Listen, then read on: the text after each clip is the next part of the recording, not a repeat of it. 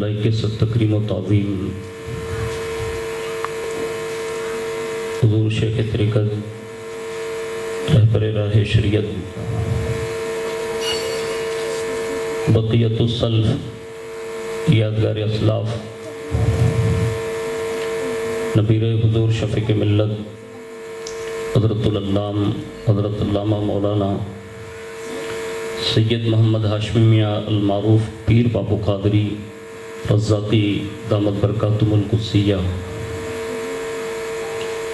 و دیگر معزز باوقار علماء ذوی الاحترام گرامی قدر سادات کرام و برادران اسلام، السلام علیکم ورحمۃ اللہ وبرکاتہ۔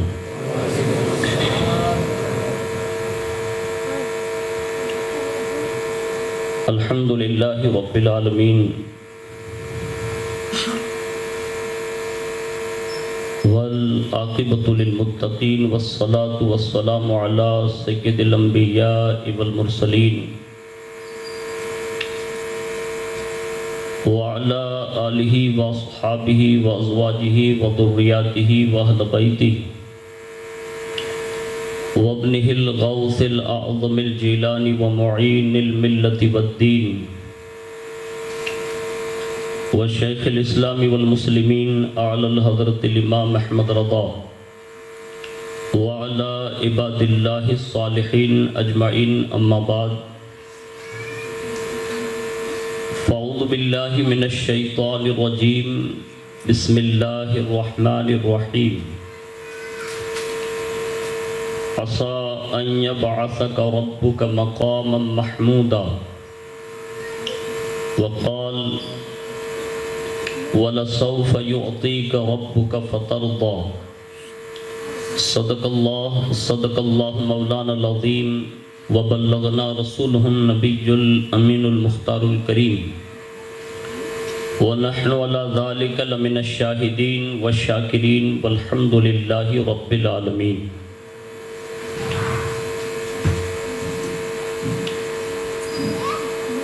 آئیے سب سے پہلے مذہب اہل سنت والجماعت یعنی کہ مسلک اعلیٰ حضرت کے قدیم دستور کے مطابق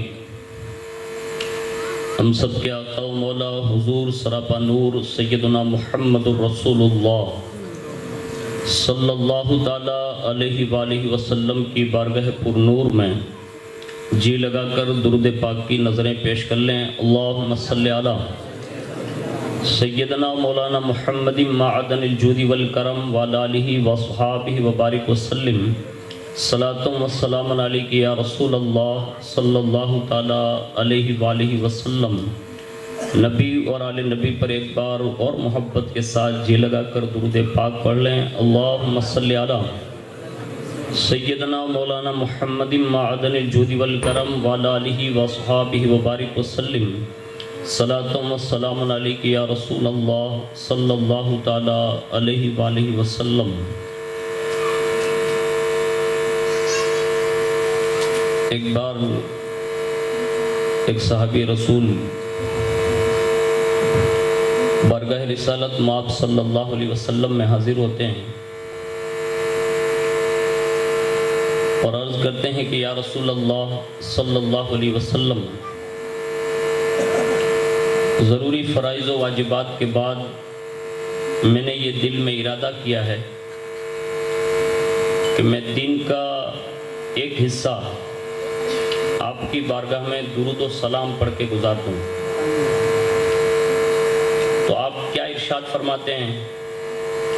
تو اس وقت رسول اللہ صلی اللہ علیہ وسلم نے اس صحابی رسول سے ارشاد فرمایا کہ اگر اس میں اور زیادہ کر دو تو تمہارے لیے بہتر ہے۔ پھر انہوں نے عرض کیا کہ یا رسول اللہ، اگر آپ ارشاد فرماتے ہیں تو میں دین کا ایک حصہ اور بڑھا کر آپ پر درود و سلام کی کثرت کرتا رہوں گا۔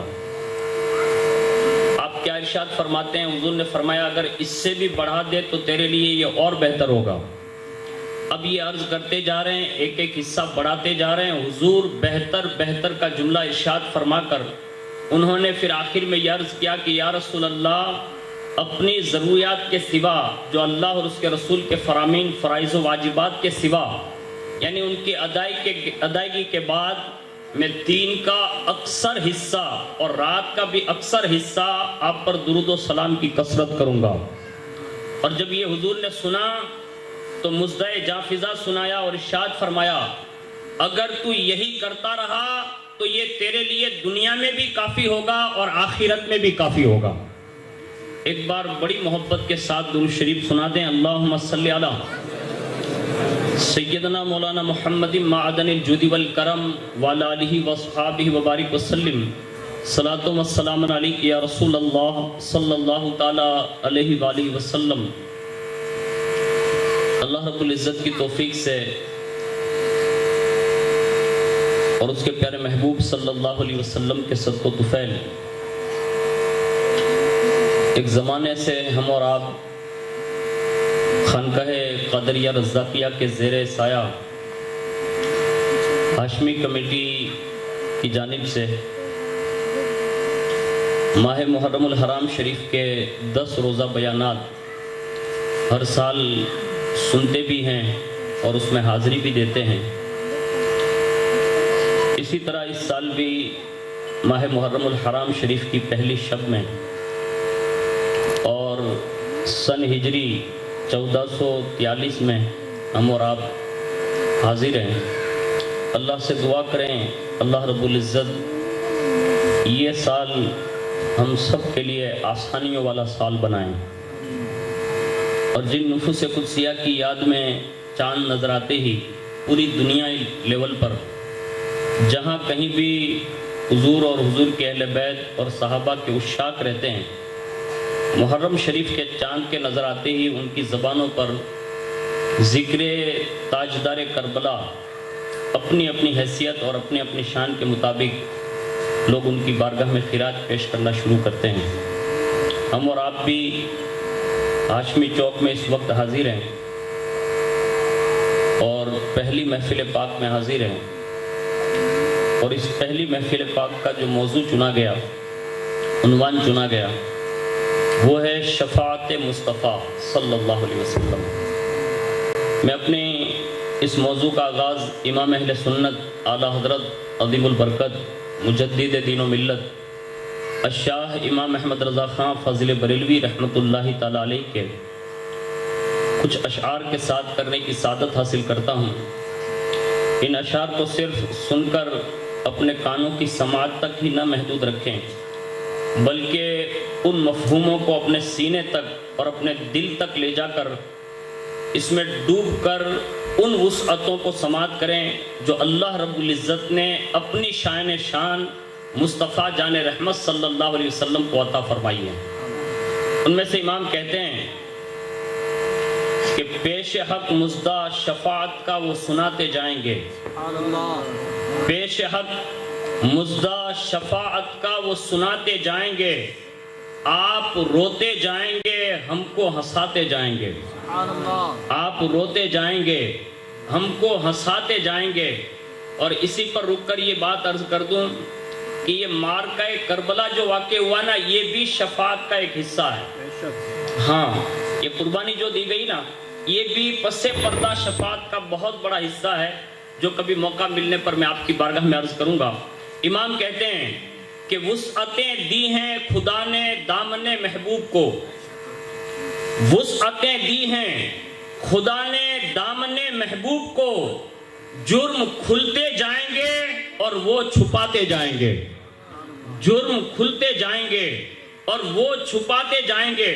اگر کوئی یہ اعتراض کرے کہ کیا محبوب کے دامن میں اتنی وسعت ہے کہ سب کے جرموں کو چھپا لیں گے، ہمیں اور آپ کو اس کا اندازہ ہونا چاہیے کہ اللہ اکبر، اللہ رب العزت اپنی شان محبوب کو جو وسعتیں دے گا، جو مقامات دے گا، جو رفعتیں دے گا، جو بلندیاں دے گا، اس نے صدیوں پہلے یعنی قیامت بپا ہونے سے پہلے جب محبوب کو دنیا میں ابھی بھیجا نہیں، آدم علیہ الصلاۃ والتسلیم کو جنت جیسی اعلیٰ ترین اس عظیم جگہ پر پیدا فرما کر آدم کی زبان پر بھی مصطفیٰ کا ذکر کروایا، حوا کی زبان پر بھی مصطفیٰ کا تذکرہ کروایا، فرشتوں کی زبان پر بھی مصطفیٰ کا ذکر کروایا،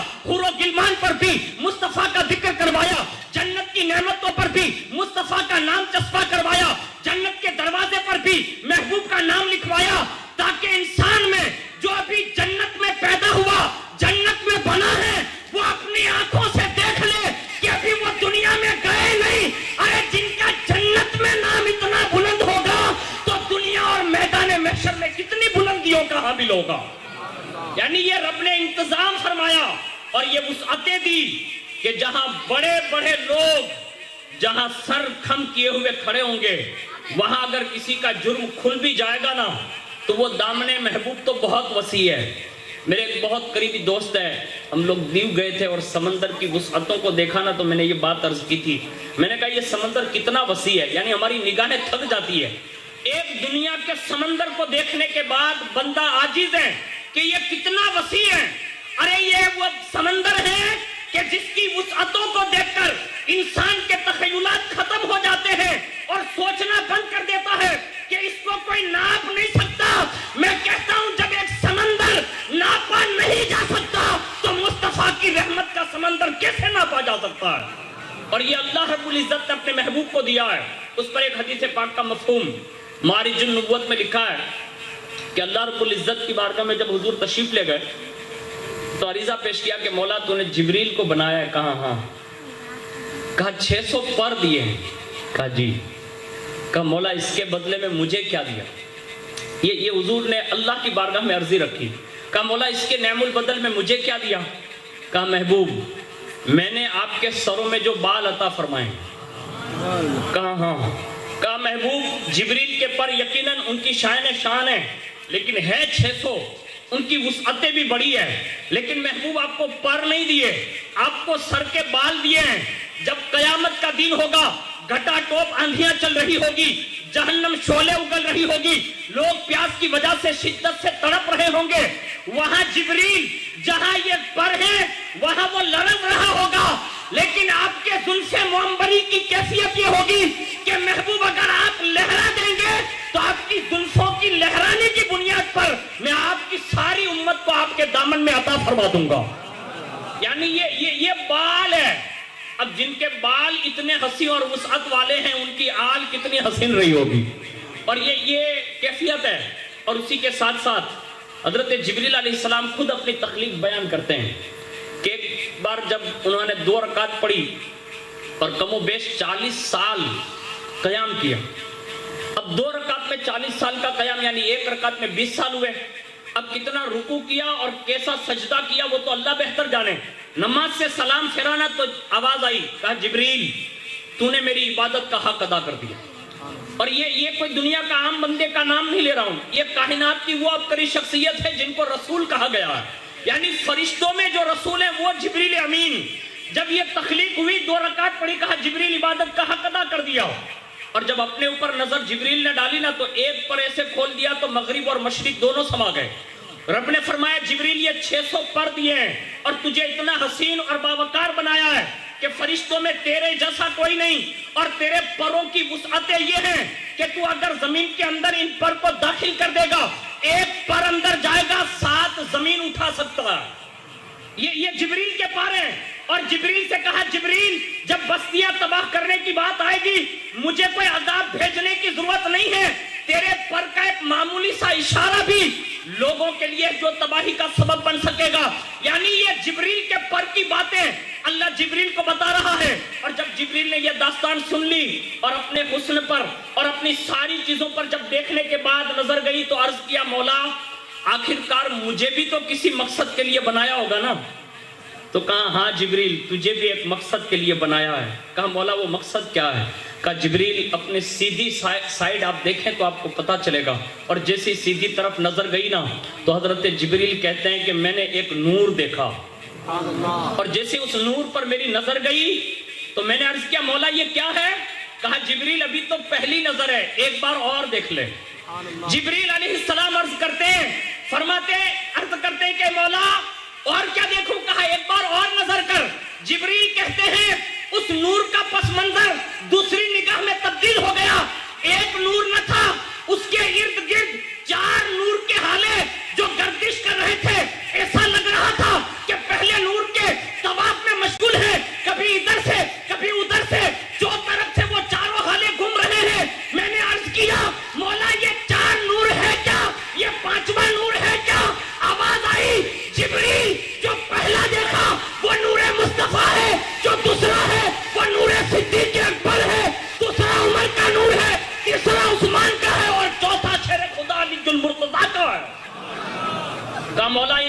نوروں کا مقصد کیا ہے؟ کہا جبریل انہی لوگوں کے لیے تجھے پیدا کیا گیا. یہ اس زمانے کی بات ہے جہاں جبریل کی تخلیق ہوئی. میں کہتا ہوں جب جبریل اتنے طاقتور اور حسین ہیں اور اتنی وسعت رکھتے ہیں تو مجھے بتاؤ جس کے لیے جبریل جیسا بندہ پیدا کیا گیا ہو وہ مصطفیٰ کتنی بڑی شان والا ہوگا. امام کہتے ہیں وسعتیں دی ہیں رب نے دامن محبوب کو جرم کھلتے جائیں گے. اس لیے ہمارے اسلاف اور ہمارے بزرگ یہ کہتے ہیں کہ حضور قیامت کے دن بطور وکیل نہیں ہوں گے، بطور شفیع ہوں گے. ہاں اس لیے کہ وکیل جو ہوتا ہے نا اس کی ایک عادت لوگوں میں مشہور ہے کہ وہ جھوٹ کو سچ، سچ کو جھوٹ ثابت کرتا ہے نا. محبوب وہاں وکیل نہیں ہوں گے. ہمارے بزرگ کہتے ہیں کہ وہاں حضور شفیع ہوں گے. جرم کیا ہوگا یعنی جرم پکڑا جا چکا ہوگا، لکھا ہوا ہوگا اور باقاعدہ اس پر زجر و توبیخ کی جا رہی ہوگی. اس بندے کو بھی اگر کوئی چھڑائے گا تو حضور شفیع بن کر چھڑائیں گے. کہا مولا جرم تو کیا ہے لیکن آخر ہے تو میرا نا. یعنی یہ شفاعت ہے. اور یہ شفیع ہونا یہ حضور کا اتنا بڑا خاصہ ہے. ایک طبقہ ایسا بھی ہے جنہوں نے یہ منشور بنا لیا ہے. ہمارے یہاں اکثر تبصرے بھی ہوتے ہیں، کہتے ہیں مولانا شفاعت کا بیان کریں گے تو لوگ نڈر ہو جائیں گے. نہیں، یہ غلط فہمی ہے ہماری. اس بات سے میں نقل کر دوں. اسی میں ایک حدیث پاک نقل ہے حضور سے. حضرت انس بن مالک، یہ انس کوئی بے نمازی کا نام نہیں ہے، یہ انس اپنے زمانے کا اس خادم کا نام ہے جس نے مسلسل 10 سال تک رسول اللہ کی خدمت کی ہے. یعنی یہ اتنے بڑے لوگ ہیں اور صحابی کا منصب ہی اتنا بڑا ہے کہ اس سے آگے کچھ نہیں. یعنی یہ بہت بڑی شان ہے. نبوت کے بعد فوراً درجہ صحابیت کا ہے. وہ حضرت انس جو مجاہد بھی ہے، اپنے زمانے کے زاہد بھی ہے، عابد بھی ہے، ریاضت بھی کر رہے ہیں، ہر فن مولا ہے وہ ہر عبادت کے کھانے میں، لیکن عرض کرتے یا رسول اللہ میری بھی شفاعت فرمائیں. یعنی نیک ہو کر بھی حضور کی بارگاہ میں یہ کہہ رہے ہیں. اس کا مطلب یہ ہوا کہ قیامت کے دن حضور کی شان ہی یہ ہوگی. شان کیا ہوگی؟ اعلیٰ حضرت کا ایک شعر دلیل پر کہہ دیتا ہوں کہ وہ جہنم میں گیا جو ان سے مستغنی ہوا، وہ جہنم میں گیا جو ان سے مستغنی ہوا، ہے خلیل اللہ کو حاجت رسول اللہ کی.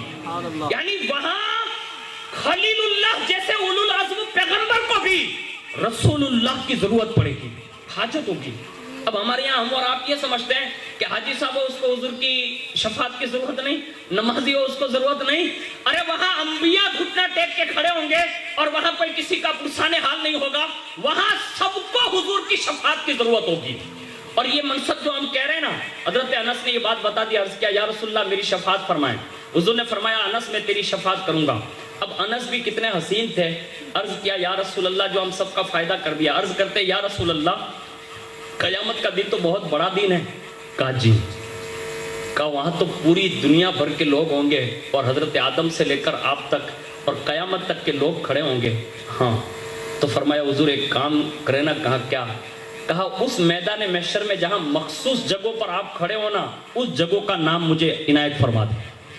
ایڈریس پوچھا. آپ سمجھ رہے نا آج ہمارے یہاں کسی سے لین دین ہو جائے نا تو آدمی ایڈریس تو نہیں نمبر گھما دیتا یعنی بدل ڈالتا.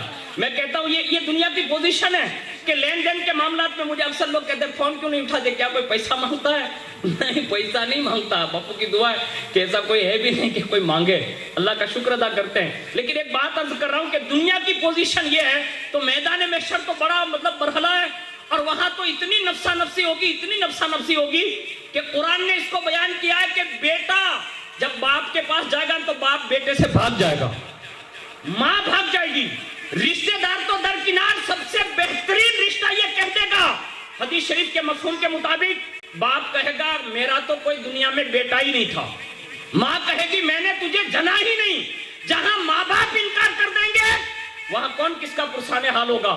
لیکن حضرت انس نے ہمارا مسئلہ حل کر دیا. عرض کرتے ہیں یا رسول اللہ آپ میدان محشر میں جمع تو ہوں گے، جلوہ فگن تو ہوں گے.